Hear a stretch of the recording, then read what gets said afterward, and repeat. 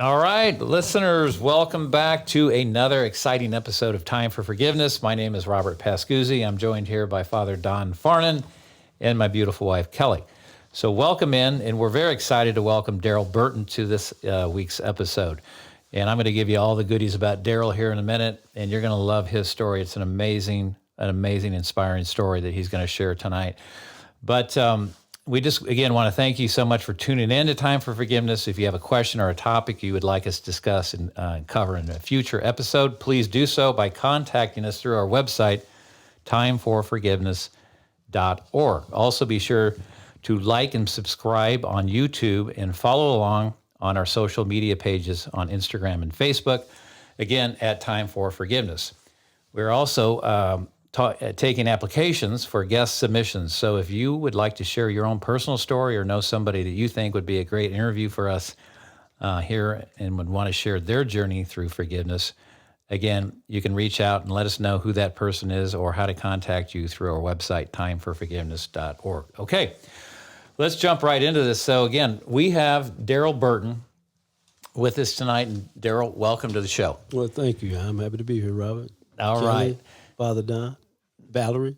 Yes, and Valerie, Darryl's wife, is here with us too. So Valerie, welcome. Okay, so Darryl, I'm just going to tee this up, and then I can't do it justice. I'm going to let you kind of dive into it, but I'll just preface this by letting the audience know that when you were 22 years old, you were wrongly accused and convicted of a crime that you did not commit, and as a result, you spent 24 years in prison. So I'm just going to let you kind of jump in here and take it from wherever you want to kind of start the story and bring the listeners into your life here over the last several years. Okay, well, thank you, Robert. It's quite a bit to share. It's a story that you know, that took almost 25 years of my life. And so as I began sharing the story, if you just want me to go from the beginning, I can just share how it all started and how it all happened. Which was in St. Louis, Missouri, a little bit south of Ferguson, and I lived in Ferguson for a little while. Born and raised in the city of St. Louis on the west side. My mother had 9 children. My grandmother had 9 children, so I come from a big family. My grandmother had 7 girls and 2 boys, a very religious lady. She, up to a certain age, we went to church, and she was Baptist in her faith.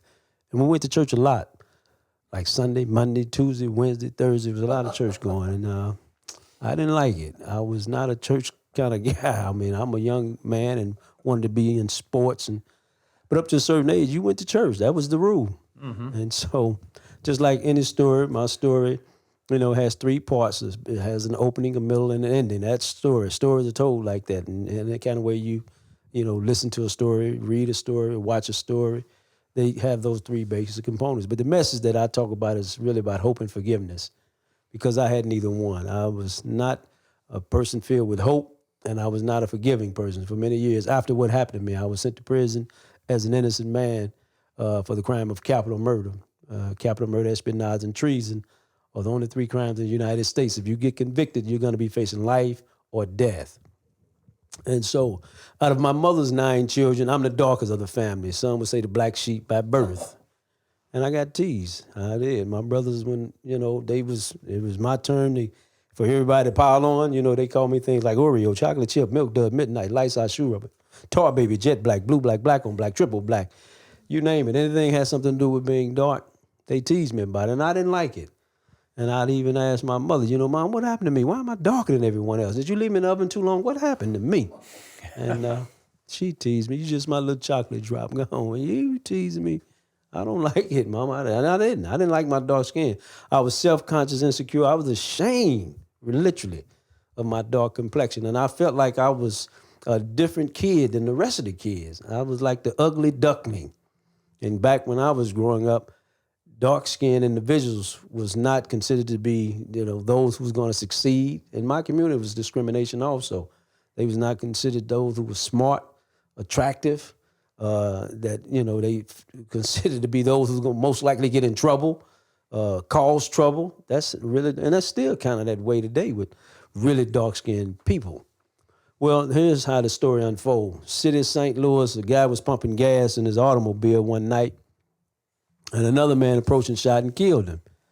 And 3 or 4 people gave a description to the police the night the crime was committed. They said the man they saw commit the crime was about 5'5" or 5'6" tall, medium to light skin. Well, I'm not 7 feet, but light skin, that excludes me. I mean, I'm as dark as it get. I've been dark all my life. I'm going to be dark the rest of my life. Thank you very much. But no motive, ballistics, DNA, confession, fingerprint, nothing connected me to the crime, with one exception. Witnesses, guys who came to court, raised their hand and gave an oath and said, I swear to tell the truth, the whole truth, nothing but the truth, so help me God. Now, I didn't believe in God. I was never angry at God. I had no problem with God. Keep God out of human affairs as far as I was concerned. God didn't exist. But these people who was making this oath, giving this oath, they were making mockery of God. I really felt then, if God did nothing to them, there is no gods. And when I got away from the church, when my grandmother told me, boy, one of these days you're going to need Jesus. I hope you remember to call on him. And I was like, I doubt it. I don't think that's going to ever happen in my life. And thank you, Grandmama, but I didn't see no evidence of God even growing up because we grew up poor, very poor. But at any rate, I had this public pretender. They go by another name. But I saw this lawyer one time, and I had a 3-day trial, and I was convicted in less than an hour. And I saw this lawyer for 1 hour. So that's what I said, pretended to defend me. And this lawyer, the public defender, the judge, and the prosecutor, they had a sidebar. The 3 of them had a conversation, and they talked about another suspect who not only fit the description, but he had shot the victim on 3 different occasions. He shot that man 3 different times. The 4th time he shot and killed him. And the judge and the prosecutor and the defense attorney, they agreed not to let the jury hear about that. So they kept that away from the jury. And that infuriated me about the whole entire criminal justice system. How could they do that? So I learned that, it's not even about justice or right or wrong or good and evil. It's not even about innocence or guilt in these cases. It's simply about convictions. That's what it comes down to, and that's pretty much what got me into the system. That basically was, the evidence that they used and brought me into the system. 2 lying witnesses. And so, we can go on. I can tell you more, or if you want to ask some questions, you won't probably know how I got out. I can get into that at some point. Yeah, or how I got for you, Joe. Or how I got to the place of forgiveness. You might want to know that also. So you were convicted to a life in prison with no parole. Life, this was the sentence. Life without parole for 50 years plus 25 years consecutive. So it was basically life without parole for 75 years. Okay. So everybody listening here, we have a man here, Darryl Burton, who had lost all hope, and he's sitting here with us right now. And Darryl, what I find so inspiring about you is your mission now, today, is to bring hope and forgiveness to all those who feel that they have no hope, they haven't been heard. And obviously quite a journey from that fateful day when you were just 22 years old into where you are today. So what has inspired you? I want to understand, obviously, but for the audience too, share how you were exonerated, what happened to eventually, allow you your freedom, but what has inspired you to come out and with such an amazing attitude? Because I would think it'd be very bitter or very easy to come out the other way, very bitter and very resentful. So you actually turned that and used it to your favor. Can you start with, I guess, how were you exonerated? What was the process there? And then go into how you chose to live your life since you exited prison. Yeah, well, let me do it in reverse order because I had to get rid of that hate and that anger first because I was, okay. The way you see me today, this is a long process. I didn't get to this That didn't point. happen. That was an overnight project. That was not overnight. Okay, all right. I can understand that. That was not overnight for me.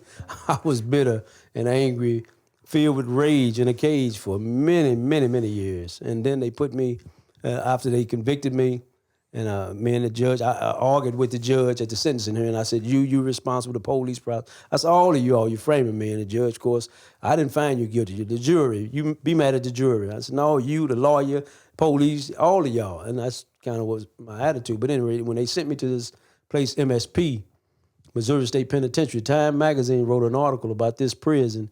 It was described as the bloodiest 47 acres in America at one time. And it was. Every day, 3 men got stabbed, got assaulted every day. This was without no exaggeration.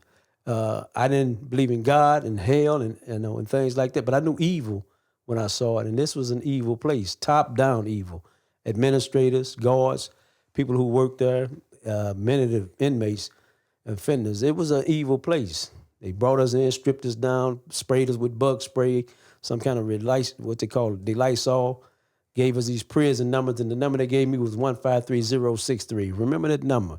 That number there was kind of spooky. But at any rate, that's what they assigned me. Stamped it on everything that was connected to me. Pants, coat, socks, coats, underclothes, you name it. And I hated it. I hated that number. And there was things that in that prison that I can't never unsee. I saw a lot of brutal, evil stuff. Things that I can't never unhear. The screams, like it's etched in my, my psychic, my memory forever. Right. Unbelievable screams. And they put us in this housing unit. The first day in this housing unit, day number one in this housing unit, me and another guy, he was going to a cell, I was going to a different cell. The first day, they locked us behind these JC gates, what they call them. And they have these tiers that goes up several stories, 3 stories with rows of inmates. Seemed like it's just endless rows of inmates in these long corridors and all this noise and hollering, inmates. And then your new guy, of course, they get cat calls. But new guys, men, and hated it. But at any rate, the first day they locked that gate, boom! And me and another guy, we was going to 2 different cells, and we heard some rumbling, boom, boom, boom, boom, boom. Turned and looked around. The first day we saw 2 guys getting stabbed. The first day I got to that housing unit. The day that I got out, August 29th, 2008, they was rushing a man on this gurney, prison bed, and blood just running off this gurney. They was trying to get him to the infirmary, prison hospital. Guy had cut his throat from ear to ear, tried to decapitate him. And so much more in between. So, this is the day that I got out, that's what I saw. And the day that I went into that housing unit, that's what I saw. So much other violence and, and mayhem and all this other, just evil. And I knew evil when I saw it. But here's what it was about that number, 153-063. And they would call me by that number over the intercom system. I refused to go. Guards be upset when they would come. Said, Burton, didn't you hear your number being called over the intercom system? And no, I heard your number being called. It's not my number. My mother named me Darryl Burton. I'm not a number. You degrade me. I'm not no animal. They said, okay, smart Alec, smart guy. If you don't answer to that number, we're going to put you in the hole. Put me in the hole. Well, I'm already there. This whole prison is a hole. What do you mean put me in the hole? We was talking about solitary confinement. 23 hours out of a day, you're locked in a cage with no human contact. And human beings need human contact. We just have to survive with other people in our lives. And I knew that's what they was talking about, but I said, man, I don't care about that until they put me there. And I'm like, get me out of the hole. Okay, I'll answer that number. I'll listen. I'll do what you say, because I need to get back to being around people, even though it's an evil place. But plus, I wanted to get to the law library. But here to your question about, I want to get to this number first, and then your question. That number that they assigned me, and the guy was walking around in the prison. He was like, I don't know what he was. He wasn't a guard, but he was definitely classified as a criminal and an inmate. But he was coming to all the new guys' cells. And he would say to the new guys, oh, you one of the new arrivals, is what he said to me. Oh, you one of the new guys that you got here, huh? I said, man, who are you? He said, well, I just want you to know, in here you're going to dance with the devil. I said, what? Man, I don't believe in the devil. I don't believe God. Get on away from me with that. Now, I'm thinking this guy's sizing me up, because guys try to size you up. I'm 147 pounds at the time. So, and he's some big dudes in there, big guys. He's, had a strange look in his eyes. So he kind of laughed, and he stepped a little bit closer to the cell. So, you don't believe in the devil. You don't believe in hell or any of that, do you? I said, no, man, I don't believe in any of that. You can get on away from me with that. He looked at that number. It was over my left breast pocket. And he pointed at it and said, you may not believe in the devil, but the devil believes in you. And he started laughing, a hysterical, crazy kind of laugh. And guys started chiming in, laughing with him. Then I looked at that number and I added it up. 15 is 633 is 606. 66. It kind of dawned on me. That's what that guy was talking about. The devil believes in you. And that number, that said the mark of the beast, 666. And that was kind of eerie to me, but I still don't believe. I mean, I'm angry, so it's not like it kind of scared me, and shook me, but then again, it's like, I know I'm living in hell, but if I'm dealing with the devil, I'm thinking, something like something that's kind of, what you call the image of the devil, red, tail and pitchfork and horns. That's what I'm thinking. But no, it just looked like a human being. Just what the devil looked like. And I danced with him because there was time when folks was trying to kill me. That's what he meant. But I took it metaphorically in a whole nother perspective. All right. Yeah. So here's what, getting to the forgiveness part, this was the process, because I'm not a forgiving person, but I knew I had to deal with this anger and this hate at some point because it was eating me up. It was more destructive to me than to anybody else, and the forgiveness wasn't for them, it was for me. But I started writing letters. I started asking for help from the outside, filing motions. And some folks was talking to me about, why don't you try God, try the Bible. My grandmother had died, and her words echoed in my head. Can't nobody help you but Jesus. That's what I'm hearing. Not want to feel that, I can't feel that. I just can't believe that. And then someone said, if you just read the Bible, you like to read, just read it from a literary perspective. Just read it like it's a book. It's nothing but a book, right? You read it. Right. And so, I started reading the Bible, the book. And in 1998 also, I wrote Jesus a letter. I had written hundreds of letters, 700 letters from the United States to Canada to Europe, Oprah Winfrey, presidents, governors, senators, everybody you can think of, Republicans, Democrats, Independents. The church didn't get help from the church either. I said, they just talk the talk. They don't walk it. I'm a sinner, but they don't help this kind of sinner. That's what I put the church down hard. But, 1998, I wrote this letter because people believing in God. I said, when these Christian brothers come and talk to me about trying God and Jesus, I'm like, look, man, your God worked for you, but I've written him a letter. He's not answering my mail, so, and he don't really exist. And these are the things I said to your God. I said, dear Jesus Christ, if you're real and you know all things, you and I know I'm innocent. If you help me get out of this place, not only would I serve you, but I'd tell the world about you. Sincerely yours, Darryl Burton. That's what I said to your God. He's not answering my mail, man. So why don't you just get away from this God thing, okay? He don't exist, fellas. All right? Let's just be real about it. That was my attitude. So not knowing that God going to give me a couple of signs, literally. First sign is that when Jesus was executed, a centurion said, surely this man is innocent. That's the first sign. Mm-hmm. Got my attention a little bit, but not to make me want to convert. Second sign is one of the Jesus' brothers was named James. Well, the man who founded the organization, his name was James. Jesus had an apostle named James also. That's the second sign. The third sign, which is the kicker for me, the lead attorney who helped me get out of prison with a law firm right down on Cherry, 10th and Cherry, Kansas City, well, her name is Cheryl Pilate, as in Pontius Pilate. You would think Ray Charles could see somebody was trying to tell me something. Yeah. And I still wouldn't believe. And so I'm from Missouri. You got to remember that. Now, it's a show me state, so you got to show me a little more than that. So he said, well, go ahead and read the Bible. And if you get a Bible with red letters, quote straight out of Jesus' mouth. Now, here's where the transformation for the forgiveness started to happen. Okay. Because I'm still angry. I'm still upset. I'm still feuding. I hate all people who got something to do with criminal justice system, judges, police, prosecutors, lawyers, anywhere in the world, for what a handful of people did to me. I hated the entire criminal justice system.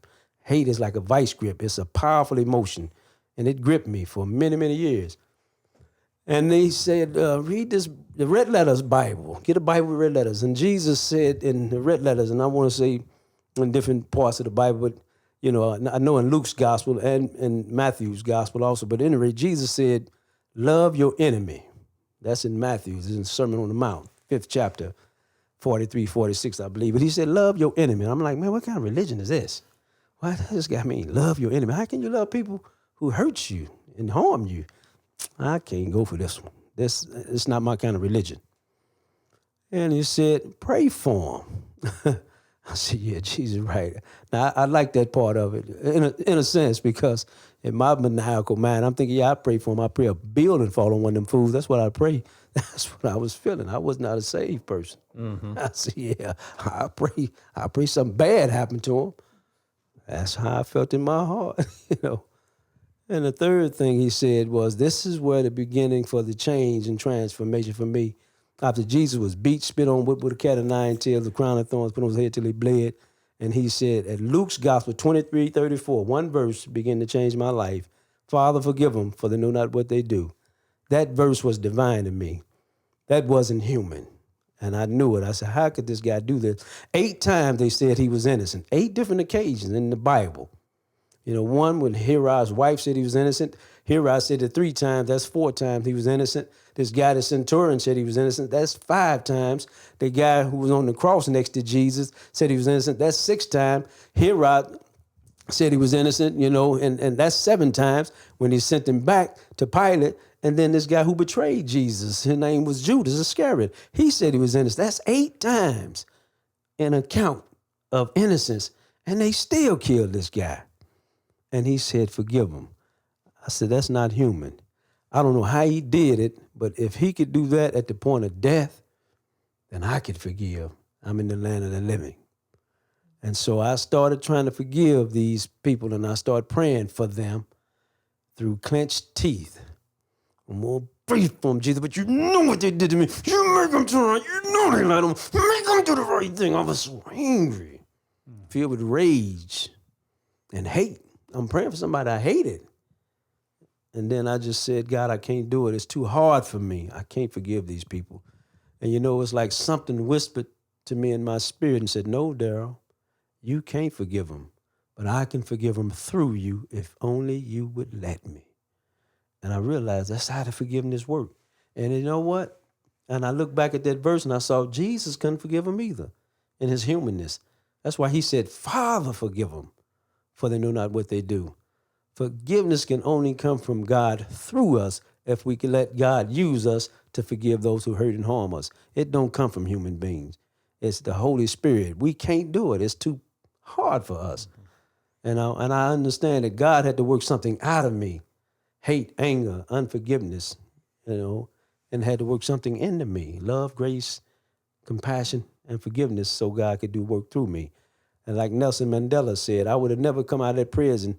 It's what he said, if I had held on to the unforgiveness, because that's a spiritual prison. And, you know, he might as well stayed in there. And that's the same thing that I began to think. And, you know, it gave me a peace that surpassed all understanding. When they freed me, they was 8 years late because I had already been free when I had started forgiving those folks. Wow, that's powerful. Yeah. Yeah. Well, so how did that all transpire, Darryl? How was it that you became a free man? It was the lawyers went back and they discovered that there was a woman who came to the trial in 1985. She was the main witness who sold the victim the gas that night he was killed. It was a gas station. She was the gas station attendant, the cashier clerk. And she was at the trial in 1985, and she told the police the day of the trial, she said, hey, you've got the wrong man. That's not the man who committed the crime. He's too dark, my dark skin. Remember my dark skin? I used to be ashamed of it. Kiss me today. Black look good on me. Black of the berry, sweeter the juice. Darker the skin, deeper the roots. Sometimes we have to change our perspective on things, don't we? Yes, absolutely. Yeah. So yeah, that didn't come out to 2007. She was not a young woman. She had moved away to Baltimore, Maryland, and they found her. She said, yeah, I told them in 1984, 85 that they had the wrong man. That man is too dark. That didn't come out to 2007. Yeah, and also one of the key witnesses for the prosecution, who they said has had a couple of convictions. Well, he had 12 convictions. Said he was facing a couple of years in jail. He was facing 30 years in jail. And they hid that. He had many convictions and many and other cases where he had made deals. He was a professional snitch. He was, you know, somebody that the state had used before in other crimes of people they wanted to convict. Mm-hmm. He was a professional, what you call informant, snitch witness. And they knew that. They hid that also. That didn't come out to 2007. So a couple of miracles. Yes, that happened. How did they find the gas attendant all those years later? Who tried? Is that your attorney that found her? Attorneys and investigators, right? Her name was in the police reports, in the record. And so they just, you know, whatever system that they used, the investigators, but they took her name, all the names, everybody in the police report, and they started tracking them down. You know, it's just like nowadays, you can find anybody, anywhere in the world. But you were the catalyst behind this. While you were in prison, you found the attorney that wanted to represent you then? Is that how that worked? It helped you I wrote- find these people and get... Actually, I wrote Centurion Minutes. I saw them on the 60 Minutes program in 1990. They was on 60 Minutes getting another lady out of prison. She had served time for murder she didn't commit, Joyce Ann Brown. So I said, if they helping innocent people get out of prison, they got to help me too. In 1990, I wrote them, and they wrote me back. Centurion said, yes, we help free innocent people, but we're a small organization. They said, we get 1,000 requests every year. Right. But we only take two requests out of 1,000 a year. If we take your case, it'll be 10 years before we get to it. That was what she said. This is in 1990.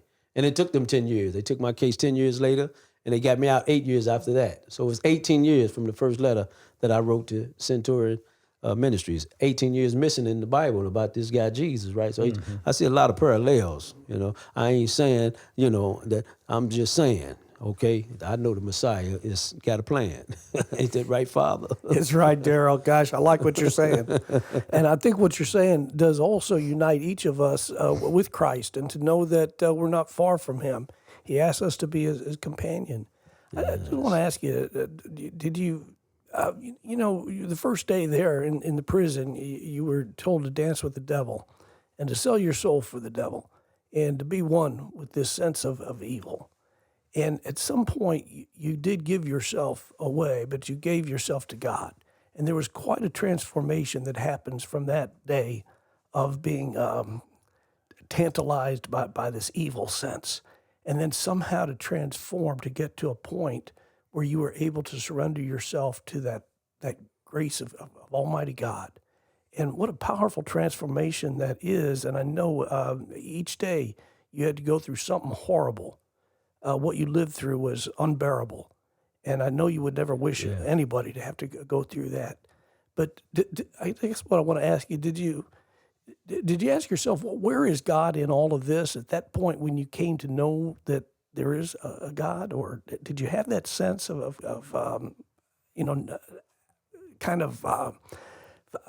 as you're fighting everything else out there, fighting with that idea that God is real? Yeah, I mean, in that prison, since, like I said, I knew evil when I saw it, and it was top-down evil. Administrators, guards, people who worked there, many of the convicts were evil. So it was never a sense, for me, and I didn't go in believing in God. I didn't believe in God, but I knew evil, the epitome of evil. So when I accepted Christ, and it was gradual. It wasn't like it just happened like that. Even when I saw that verse, I knew that verse was something was different about that verse. But how this guy was turning the other cheek, and he knew people was going to kill him, and I wasn't there yet, because I still had to fight, because in prison, God challenged you for your manhood. Okay, just like I said, I'm 147 pounds. They took my freedom. Wasn't nobody taking my manhood, pure and simple. So this evil, and like that guy says, you're gonna dance with the devil. I'm thinking it's something else, some kind of out of hell. No, I still had to deal with human beings. And so when I had converted and accepted Jesus Christ for me and walking with Jesus Christ for me, a lot of this stuff melted away. And I began to not even care about the prison, environment, the prison life, the violence. That melted away from me. I stopped seeing it. Even though I saw it, I was not so much as afraid of it. And I was like, if a guy killed me, he killed me, I'm going on to glory. Oh well. Like I said, I was at peace. Remember what I said a little while ago? I was at peace and got out 8 to 10 years before they physically let me go. I was already free. So, a lot of this stuff just didn't exist for me. And I thought it was a battle between light and darkness. It's almost like you could literally see the battle and the forces of good and evil. And especially in that place, because it was, it was right there, you right there in the middle of it. Literally, you saw it. We saw it. I saw it. I'm just amazed that you stayed alive. Yeah. Do you look back sometimes and say, how did I ever survive any of this? Yeah, I do. I said, that's why we call our organization Miracle of Innocence. We do. For that reason. It is a miracle. Like I said, I didn't believe in miracles. I didn't believe in any of those things.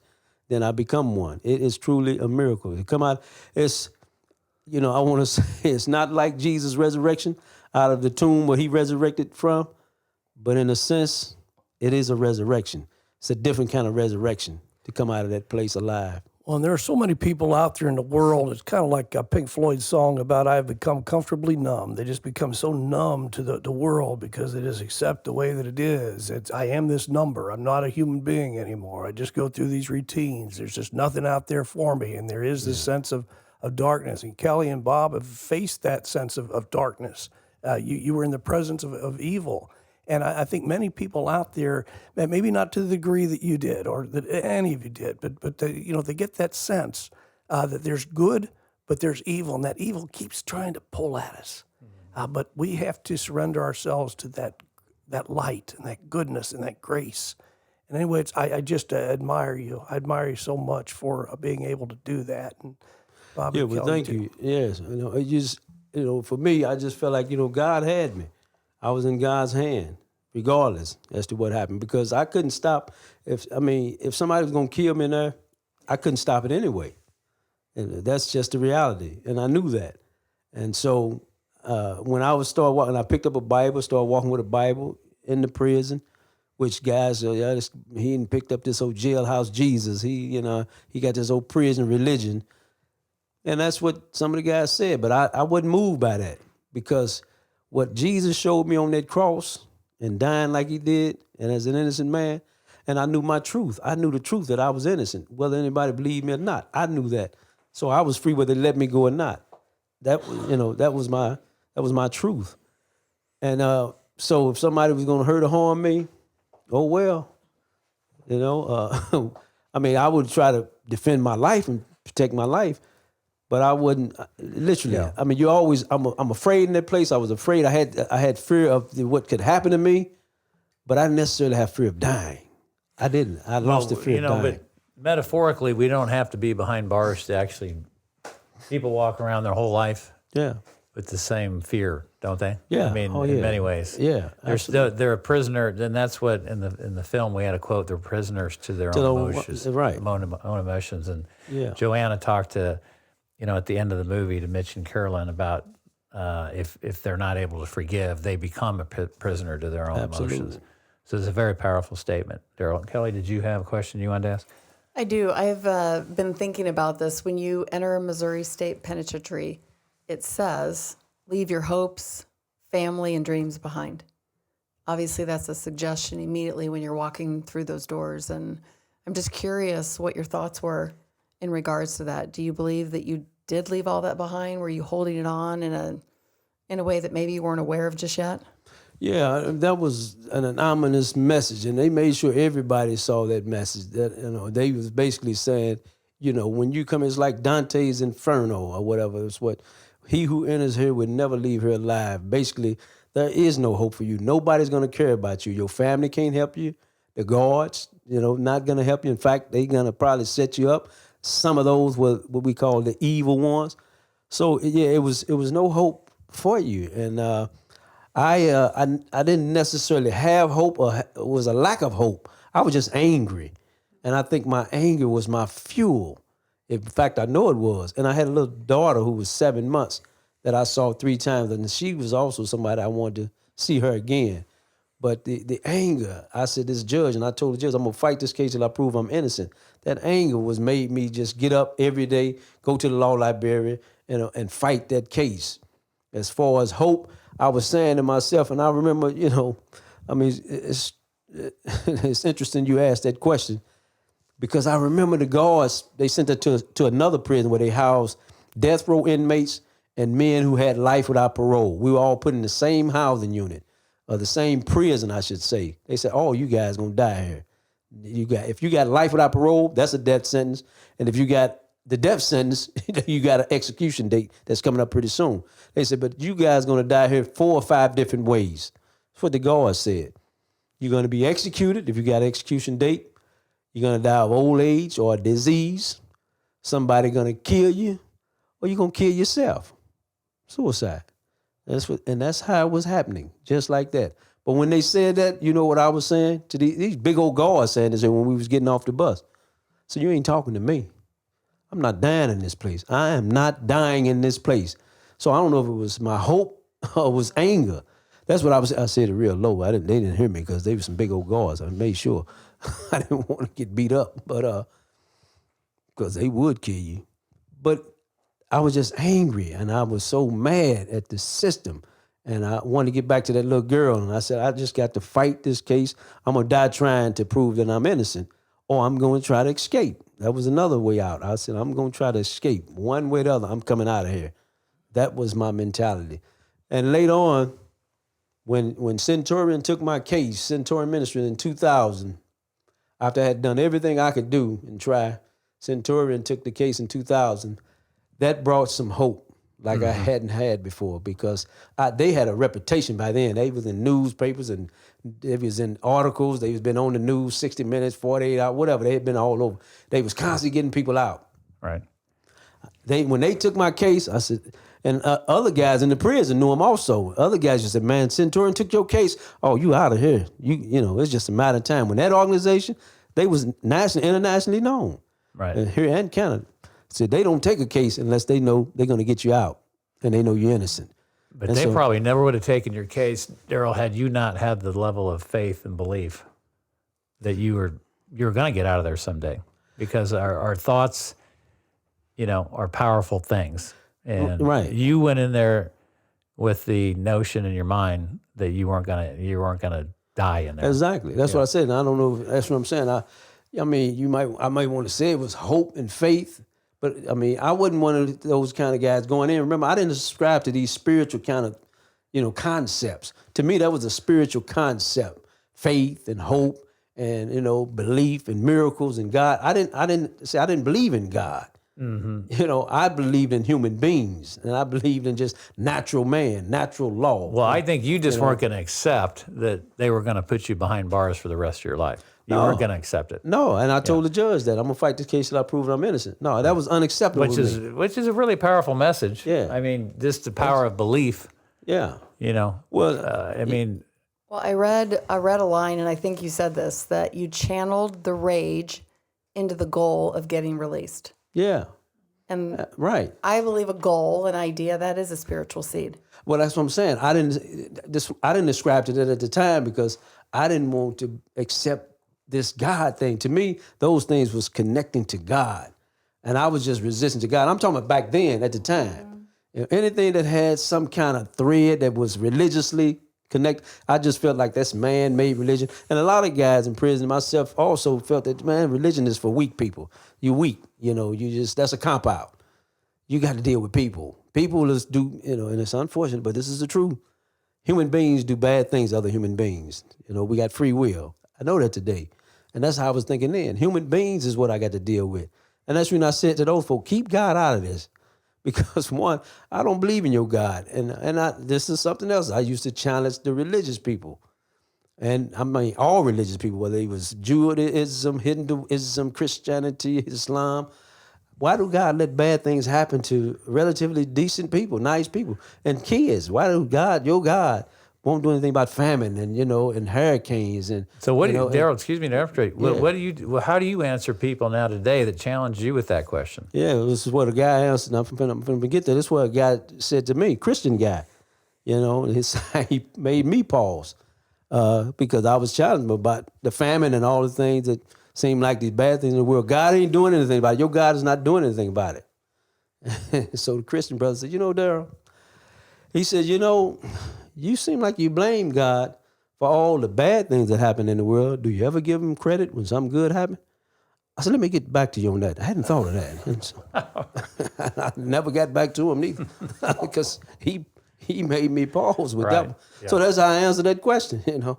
Mm-hmm. Yeah, it's because he made, and I, you know, but it made me think. I said, you know, he's got a point. I can't blame God for the bad if I don't want to give him credit for the good. Mm-hmm. So let me just stay neutral on this God question. So I became neutral. You know, I didn't. Like I said, well, at that point, you weren't rejecting it, but you weren't accepting it necessarily. Exactly. I was just neutral, right? I wasn't accepting God. I wasn't rejecting God. I was like, I don't know. Not sure yet. Right. I don't know because I'm still my soul, my spirit. There was a shift going on though. Yeah. Oh, yeah. Absolutely. You know, and some Catholics. I can tell you, some Catholics that usually come into the prison. They still go into the prison right now as we speak. They go in as they what you call And they go in as volunteers in corrections to talk to the inmates. Been going for years, decades. And they used to come into prisons, and they used to have what's called this Residence Encounter Christ. This retreat, like a retreat. All right. Every Friday, Saturday, and Sunday, where inmates could come out and fellowship with them for 3 days in a row. And I went to them programs with them. And the Muslims went to the programs, and the Christians, and the Baptists, and the Jews. Everybody wanted to get on that outcome with those Catholics. And the Catholics, they were not judgmental. They wasn't pushing Jesus. They was not, condescending. They was just different. And the different in the sense that they just treated us like human beings. And we would ask, why you guys do this here? Why you coming in and sit amongst criminals? You sitting around amongst mass murderers and rapists and, you're human beings. God loves you, and so do we. That's what they would say. Right. And they brought good food, too. That was another reason. So, They can do that. Yeah. The food was delicious. That's why we was going. That mess hall food in the prison was terrible. But I remember myself and some other convicts, and I mean hardened convicts, we all said the same thing. If I ever become a Christian, I want to be like them. Mm-hmm. And they had something that was special. Yeah, that's powerful. That's powerful. They were different. So it was little seeds being planted along the road, along the way. And so it just took time for it to blossom. I mean, I'm a slow burn. I'm really, really slow. Well, Darryl, let me take you back. Yeah. Because what's popping into my mind is that when you mentioned in the beginning of the story, the attorney that didn't really represent you in your best interest, right? Right. Did you ever in your mind have to go back and forgive him and or the judge and or these guys who wrongly testified against you? I mean, how did you reconcile all of that? Yeah, I did forgive them. Many of them had died. They was pushing daisies, as they say, so to speak. And I was hating them when they was in the ground. I was really hating the dirt. And logically, I'm just thinking, man, you hating dead people. Them people gone. I was hating the thought of them because they had passed over. What they represented in your But here's something. This is what I'm saying. This guy, Jesus, is so amazing, man. The more I studied him, the more it was being revealed to me about his divinity and the wisdom that he, was conveying to the world. I just got back from Jerusalem also about a month ago, and so was able to, trace those steps. But anyway, in this Matthew's gospel, remember, I hate all these people. I hate them.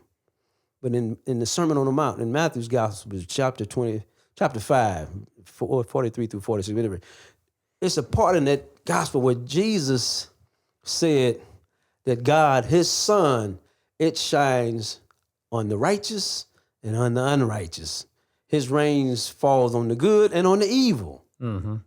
And I mean, I had to really unpack that. I had to, unroll some of that. And I'm like, what is this guy saying? And it just crystallized in my mind. Darryl, Jesus, God, he loves all the people you tend to hate. God is making no distinction about these individuals, the humanity of them. He compartmentalized. He don't like the behavior, but he loves his creation. Mm-hmm. And I had to realize that I don't hate the people. I hate what they did to me. Because had they not done that to me, I'd never had a problem with them. And that's what God was saying. It's what they did. You don't never have to like that or accept that. But the part that he's created, because we all just flawed human beings. Right. And they did some things that was evil. It wasn't nice.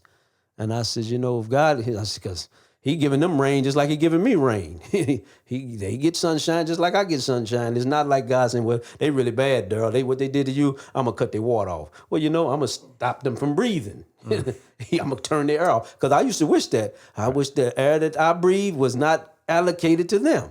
Mm-hmm. That's how I used to think. Let them stop breathing, God. He said, just pray for them. Okay, that's what I'm going to pray.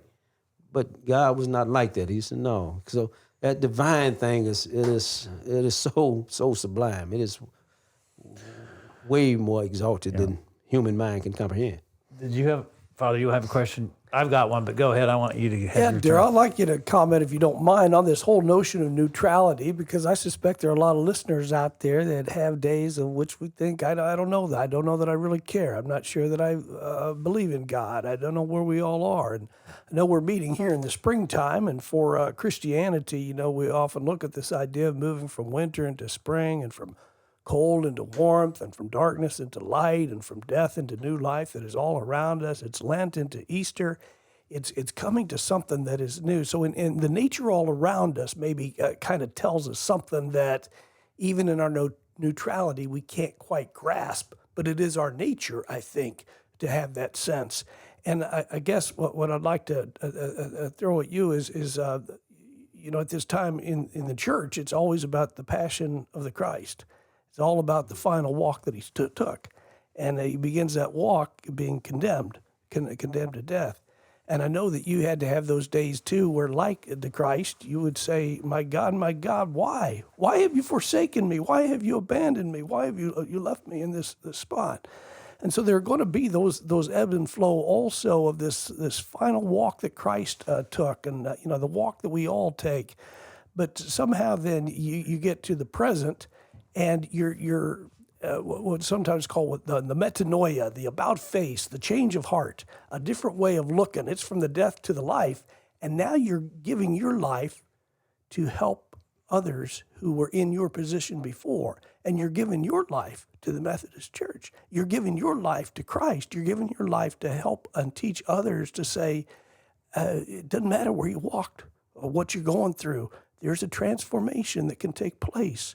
I've been there, and maybe most of us, we haven't been there like you've been there, but we have some dark moments too, and we've got to find that light and move toward it. So you've really, I guess I'll just say it again, the same way I did before. You surrendered yourself to God, and you have a purpose to help others. And if you don't mind, just comment a little bit on that.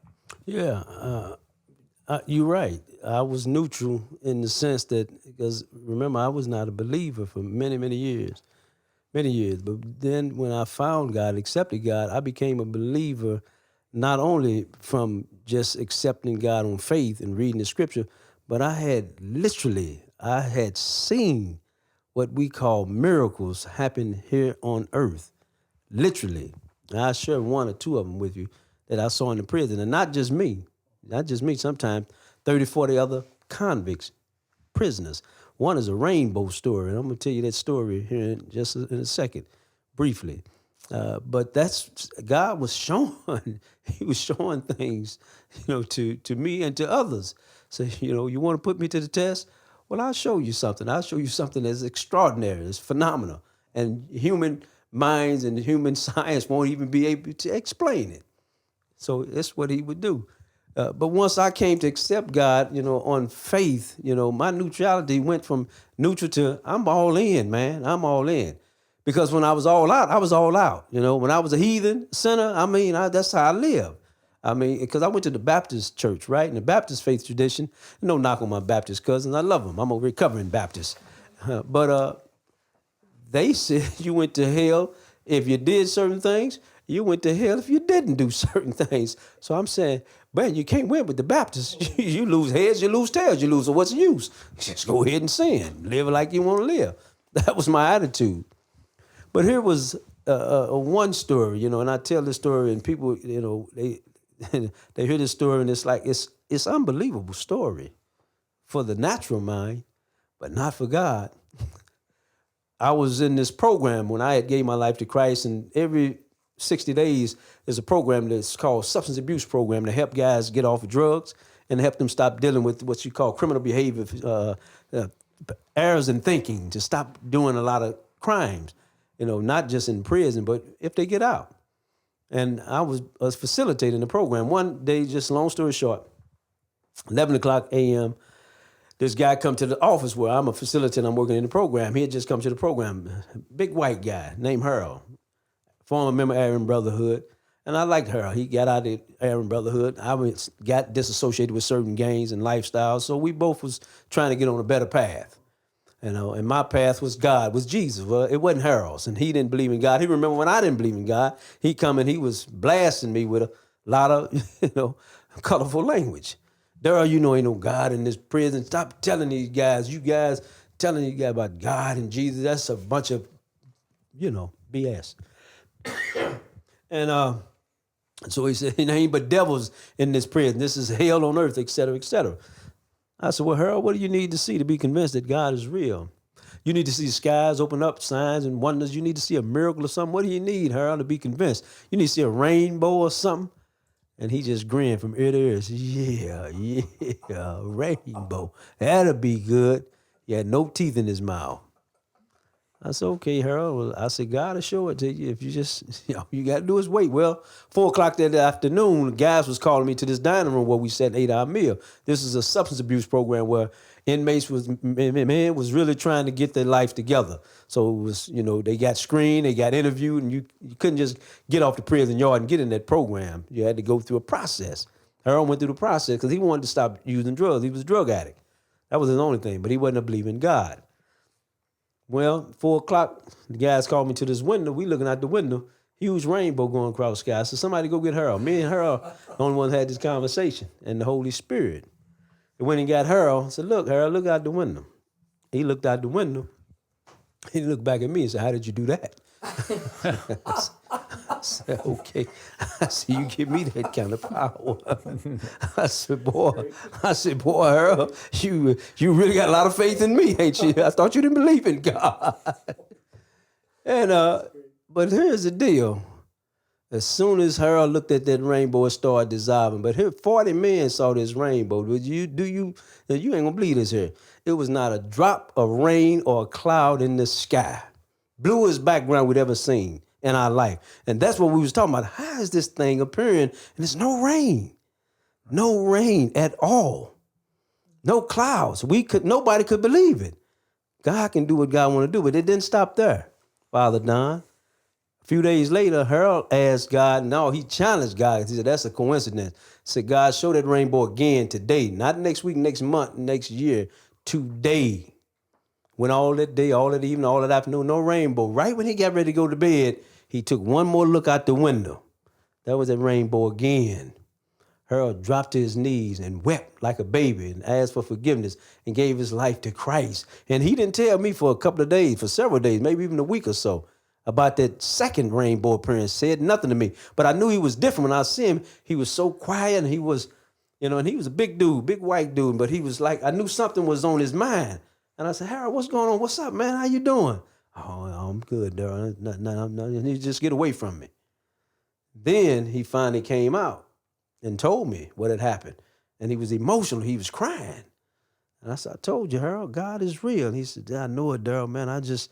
I've been sinning so long and I've rejected God. Well, now Harold had been converted. Some new guys come to the program. Harold telling these new guys about this rainbow story. They like, man, go ahead and kick rocks. I thought this was a drug-free program. You guys up in here smoking something because there ain't no rainbow appeared, no rain and no clouds. We don't believe that. Well, later on that evening, the rainbow appeared a third time. And they like, look, man, go get Harold. Look, that rainbow. He said, that rainbow is not for me. That's for you heathens, unbelievers. I'm telling you, something is happening, man. God is trying to get our attention. That's just one story of several, Father Don. I'm telling you. I got it in my book, a few of them, but that one in particular. That's amazing. So see, God, not only that, I got some more that's just as powerful. Hey, Darryl, I want to ask you a quick question. So you saw the film, The Ravine, recently, and in the beginning of the film and at the end of the film, we hear Leslie Uggams, who plays Joanna. Right. And she says that God does not view sin in different levels. That was a creation of man. And you were in prison and you saw all kinds of people that committed all kinds of crimes. And I guess what you could say were different levels of however you want to look at it. When you heard that in the movie, how did that strike you? I'm just curious. It did. It was right on point. And because I've had those conversations.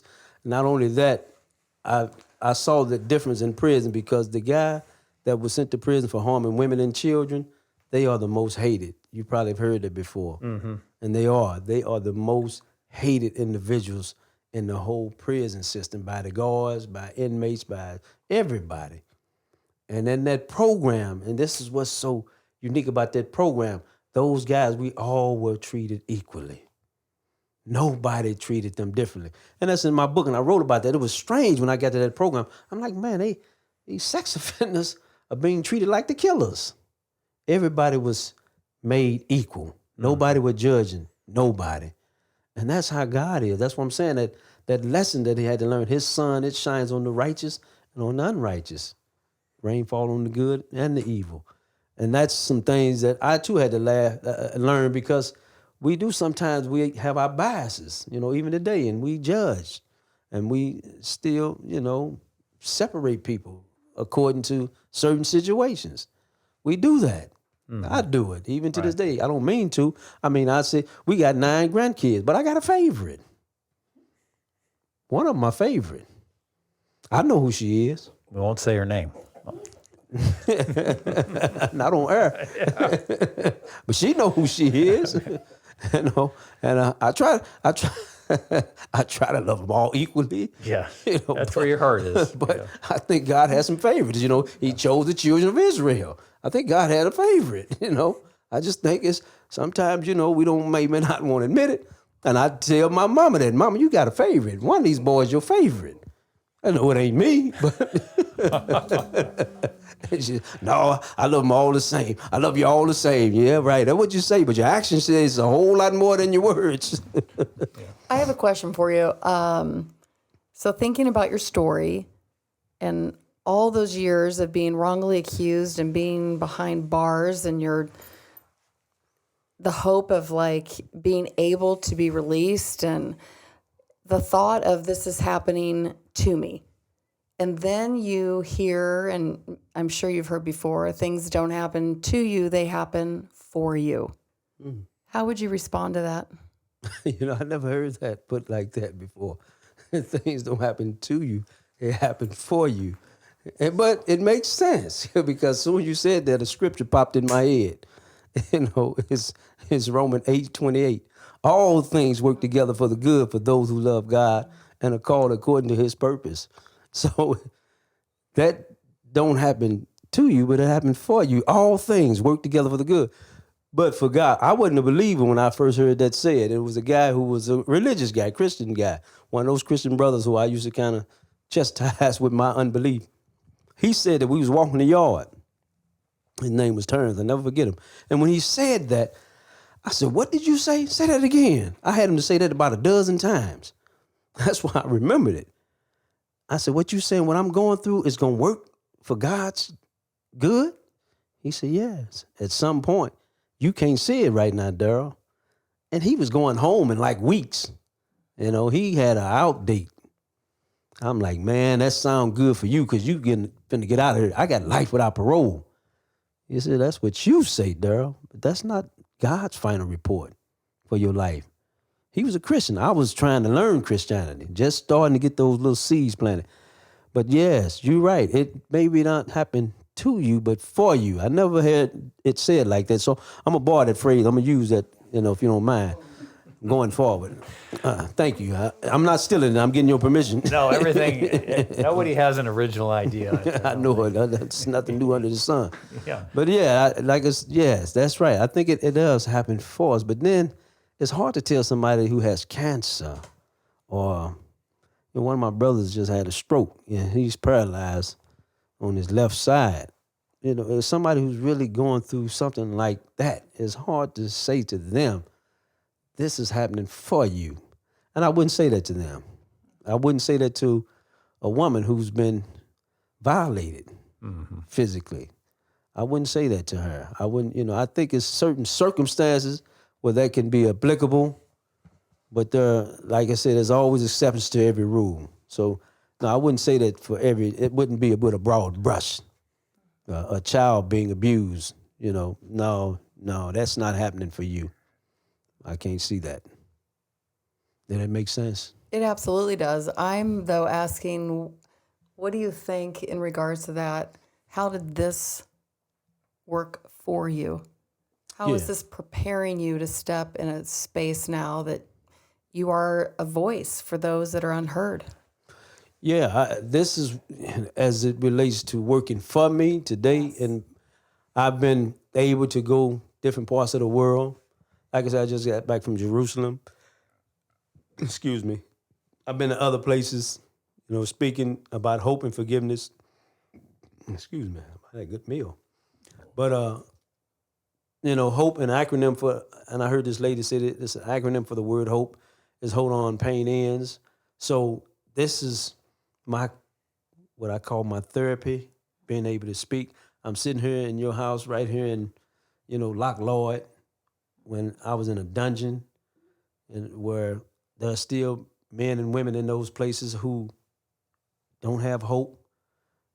There's another story I can share with you right quick. I went back to the prison on a surprise visit. They didn't know I was coming. The inmates I grew up with in that prison, one guy was rolling toward me in a wheelchair, crying, boo-hooing. His name was Percy. And he said, man, Darryl, man, he was just boo-hooing. I said, oh, Percy, I told you I'll be back. I'll never forget you guys. I grew up in here with you. He said, no, you don't understand, Darryl. I told God last night to give me a sign he was still with me because today I was going to commit suicide. You're my sign from God. So, Wow. For That's you, very powerful. yes, to help somebody. I didn't know this is what I would be doing. I didn't come out with like, okay, I'm going to come out and start doing this, this, and this. When I came out, I didn't even know how to use a cell phone. I knew nothing about this world. Mm-hmm. I didn't know how to turn on a television. I didn't know anything about this world. So, that lady helped me, and then some other ladies helped me prior to her. But that's how I am getting to the point where I'm in today. She was the one who told me, you called to preach. I said, Val, no, I'm not called to preach. I used to didn't even like preachers. So, but she said it. And then another preacher the next year said the same thing. I'd like you to preach with me. So I said, let me go to seminary. I got to find out what you preachers do. And that's how it all got started. And Adam came to the school, and that's how I got out to Church of Resurrection. That's how I'm meeting you all. So, like, divine providence, God has a plan. All right. And so we just part of the plan. Yeah, and that's so true. Darryl, what would you say when you think of the word forgiveness, and just for, people out there that are listening here, what do you think is the most powerful element of forgiveness? And when you reflect on it in your life, what would you tell the audience? What if somebody's holding on to something and they just feel like they can't forgive? Because that you probably hear that. Well, Darryl, you just don't understand what I'm going through, or what so and so did to me, and why I'm not going to be able to do that. What do you tell them? What's the most powerful thing do you think that forgiveness allows or gifts that person? And if it's not a one-size-fits-all model, it's different for everybody, because some people may never get to that place of forgiveness. Mm-hmm. But this is something that touches me every time I give a presentation, and it's about, a room full of elderly men. It may be some elderly other women and other folk, but the elderly men. I just had this happen, about a week or two ago. I gave a presentation, a bunch of guys in their 80s, 70s, and 80s, and it's usually almost without fail. One of those guys that come to me, if not two of them, crying and said, Darryl, I've been holding on to some unforgiveness from my dad for 50 years, 55 years.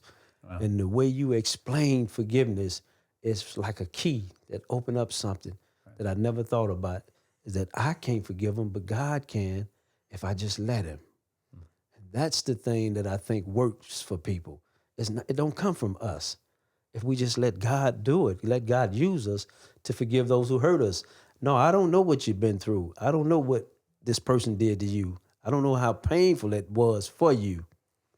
What I do know is that God can, if you let him, he can forgive that person. You never have to forgive him. And that's what I used to tell myself. I never forgave those people. God did. God forgave them through me. It didn't come from me. But it gave me a peace, because the forgiveness wasn't for them. Yeah. It was for me the whole time. Mm-hmm. No, thank you for sharing that. Yeah. I know we got to wind down here, but I hate to do it because it's so much fun just listening to you. This is amazing, Darryl. Yeah. A couple of things that really stuck with me, and I continue to think about this. Harold, what a character he is, and to think that you had a relationship of an Aryan white supremacist skinhead and a black inner city gang member formerly, And you can teach a lot to the world outside of the prison. You know, so many people dig their heels in and want to be entrenched in this way or in that way, and you kind of are forced into friendships in some ways. But I guess there's some lesson in that can come out here into our world. And the other thing, you know, I think in 2023 we're a little bit better about empathy and understanding things. I don't know anything that goes on inside of a prison, but I know people now who are working for issues of expungement or exonerations and trying to realize the injustices that take place. And we're all a part of trying to make a better world. And you know, I don't know if that relationship that I just mentioned, or that these possibilities can help to unite some people in doing something good out here in the world. And I bet a lot of our listeners would want to help out when they can and if they can. Yeah, absolutely. And man, that's beautiful what you just said. You know, we just trying to make a better world because boy, we human beings can mess some stuff up quick. They said Rome wasn't built in a day, but it was destroyed in one. So. But, you know, I just think about when Father Dunn, when I went to Israel and Jerusalem and Palestine and Bethlehem and Nazareth and Capernaum and all these places I'd read about in the Bible were really right there in front of me, you know, and I'm actually living it and walking through these different places. And I'm saying, man, this is the Holy Land. Mm-hmm. This is truly where it all took place when it comes to the Bible stories, and not just the New Testament, but the Old Testament. There was a driver. He was our driver. He was born in Jerusalem. He got 13 brothers and sisters, a bunch of them, 8 boys, 5 girls, and they speak Arabic, right? And it's something that I had learned years ago in prison was the Arabic al-Fatiha prayer. And I learned this prayer once I started praying, and I was learning prayers and different prayers, a lot of different prayers. But this one, I liked that prayer. And I would go into the Muslims community with them and listen to them say that prayer, and I was learning it. And so this guy spoke Arabic, and I said, man, I know this Arabic prayer, this Al-Fatiha prayer. I'd like to share it with you. So he kind of looked at me like skeptic, like, yeah, what do you know about Arabic prayer? That was kind of his reaction. I said, it's okay if I say it? So he didn't respond. He just kind of nodded. So I said it. I said the prayer. A'udhu billahi minash shaitanir rajim. Bismillahir rahmanir rahim. Alhamdulillahi rabbil alamin rahmanir rahim. Maliki yawmiddin. Iyyaka nasta'inu wa iyyaka nasta'in. He said, my brother. He embraced me. Blew him away, huh? He embraced me. And he went and told his brothers and his nephews and his own, he's know the prayer. Say the prayer for him. He had me saying the prayer everywhere we went. That's awesome. Yes, I seek refuge with God from Satan the accursed in the name of God, most merciful, most beneficent. Praise be to God, most merciful, most beneficent. And so I knew what I was saying. And it endeared me to them because you don't only come to our land and our country, but you speak our language. It reminded me of Acts 2, the Pentecost, because all these people were over here in this land speaking all these different languages from all over the world, and we were getting along. Mm-hmm. And the Israelis and the Palestinians and the Arabs don't get along over there. I said, this is a crazy kind of mixture. You're treating us like we step out of heaven. All of them, they treated the Israelis, the Palestinians, the Muslims, they treating to us like we God's sons and daughters. But they treating each other with so much hate and disdain and suspicion. I said, boy, this is strange. Mm-hmm. But I got to go back. I got to go back to that land because they did. They said, welcome home. Welcome home. You know, America's just 400 or 500 years old. So our ancestors didn't start from over here. Right. It's from over there somewhere. That's what they said. Well, go ahead, Henry. I just want to acknowledge you. I just want to say thank you for coming on and sharing your story of hope, forgiveness. It's one that's so needed in our world today. But something caught my attention that you had said, and you said you never take a day for granted anymore. That's right. Never take a day for granted. I don't. When I lost my freedom, I mean, when you don't have, when you have all these, what I say, different benefits and ways and things that just at your disposal, you know, it really, you know, you don't pay any attention to it. Just like the leaves on the trees, the sunrise, the sunset, you don't pay any attention to it. You know, bees, bumblebees, and ants. You know, I really like the ants today. You know, right. Yes, and I hadn't saw a squirrel in 25 years up close because there's no trees in prison. Squirrels, they need trees. Okay. So when I got out and the guy was riding, I got out of the car and the squirrel jumped to a tree and froze. I froze. We both was looking at each other. We was kind of sizing each other up. Who gonna move first? I didn't want to move. And the squirrel. You stare down the squirrel. I did. I swear, I was staring down the squirrel. And the guy said, "Man, you all right? What's going on?" I said, "Man, there's a squirrel. It's a squirrel." Because I hadn't been that close to a squirrel, like from hitting them steps.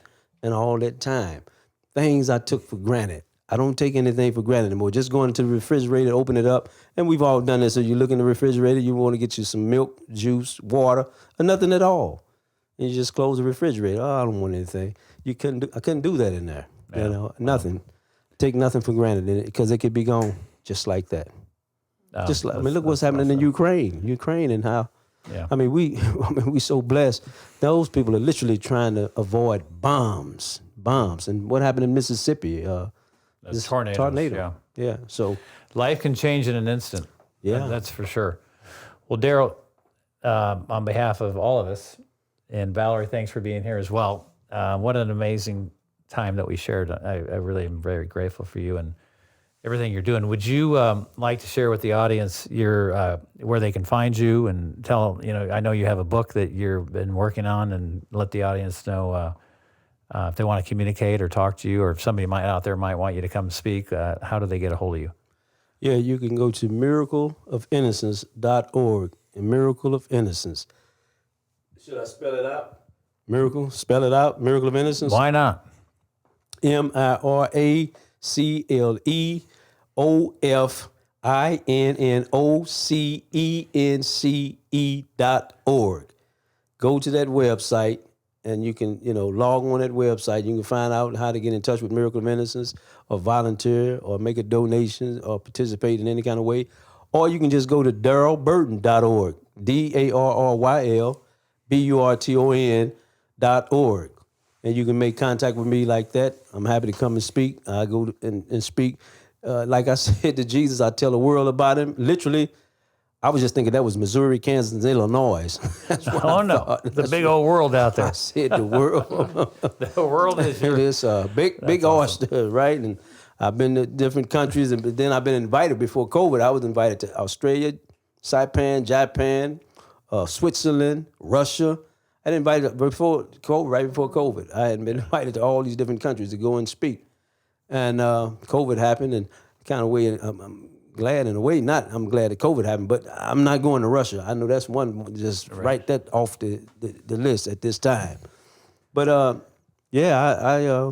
I go and speak anywhere I'm asked.